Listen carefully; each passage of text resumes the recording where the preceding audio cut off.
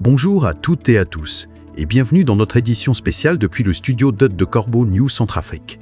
Une fois de plus, notre pays se trouve à l'agonie, et comme d'habitude, le régime en place brille par son inaction.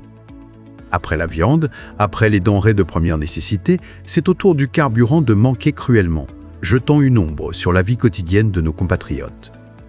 Je suis Félix Zarami, et pour éclairer cette nouvelle épreuve, j'accueille en duplex notre fin limier, Fortuné Bobéran. Bonjour Fortuné. Bonjour Félix, et bonjour à tous nos auditeurs. C'est effectivement un tableau des plus sombres que nous allons dépeindre. Et votre introduction acerbe met parfaitement en lumière l'ampleur du problème. La situation est grave, et ce n'est pas une simple péripétie. La deuxième ville de notre pays, Berberati, est actuellement au bord de l'asphyxie. Les stations-service, elles sont vides, Félix. Complètement vides. Les cuves sont désespérément sèches et l'activité économique officielle est à l'arrêt, comme figée. Devant cette paralysie, nos autorités nationales sont d'une discrétion ahurissante, pour ne pas dire plus. Aucune planification, un immobilisme total. Le pouvoir central se mure dans un silence assourdissant, laissant cette crise pourrir et écrasant toute la charge sur les épaules des citoyens. C'est, Félix, une véritable illustration de l'incapacité d'un État qui ne prend jamais les devants et qui refuse d'anticiper les chocs économiques. L'incapacité d'un État, Fortuné, vous utilisez des mots lourds de sens.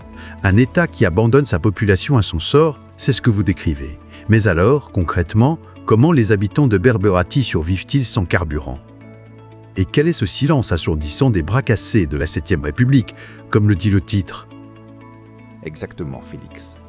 Les habitants, eux, se débrouillent, se débattent, tentent de s'approvisionner comme ils peuvent. Ils sont contraints de se tourner vers ce qu'on appelle pudiquement le secteur informel. Le circuit habituel d'approvisionnement, celui qui est censé fonctionner, a tout simplement craqué, étouffé par la flambée des coûts de transport. Sur le terrain, les chiffres donnent le vertige et révèlent à quelle vitesse la situation devient incontrôlable. Charlène Doumbari, une revendeuse locale que nous avons rencontrée, témoigne des conditions intenables que subissent les grossistes. Le prix d'achat chez les fournisseurs a grimpé en flèche. Et devinez qui paie la note à la fin, Félix? Le consommateur final, bien sûr. Un fût de carburant qui se vendait entre 5 000 et 800 000 francs CA auparavant, a bondi, oui, il a bondi à 209 000 francs CA. Cette envolée des prix étouffe les ménages, les petits transporteurs, qui sont livrés à une totale anarchie où le plus fort impose sa loi. 220 000 francs CFA le fût. C'est une folie pure et simple, Fortuné, une véritable rançon pour nos compatriotes. Et pendant que la population se serre la ceinture, subit cette hausse indécente, que font les officiels? Ils invoquent des forces extérieures, comme d'habitude, pour se décharger de leurs propres incompétences, n'est-ce pas? Vous avez mis le doigt dessus, Félix.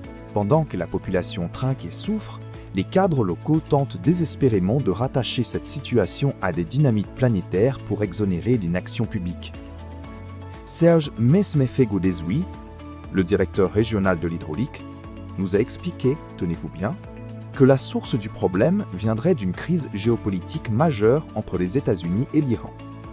Selon ses propos, ce conflit bloquerait les navires-citernes qui devaient acheminer le produit pour les compagnies pétrolières et alimenter le marché mondial. 16 États dépendants de ces cargaisons subiraient le contre-coup direct de ce blocage, ce qui expliquerait, je cite, la rupture actuelle sur les produits pétroliers à Berberati. Des navires-citernes bloqués entre les États-Unis et l'Iran, c'est une explication à dormir debout, Fortuné, ou plutôt une pirouette pour masquer une réalité bien plus sombre. On ne nous dit pas tout là, n'est-ce pas?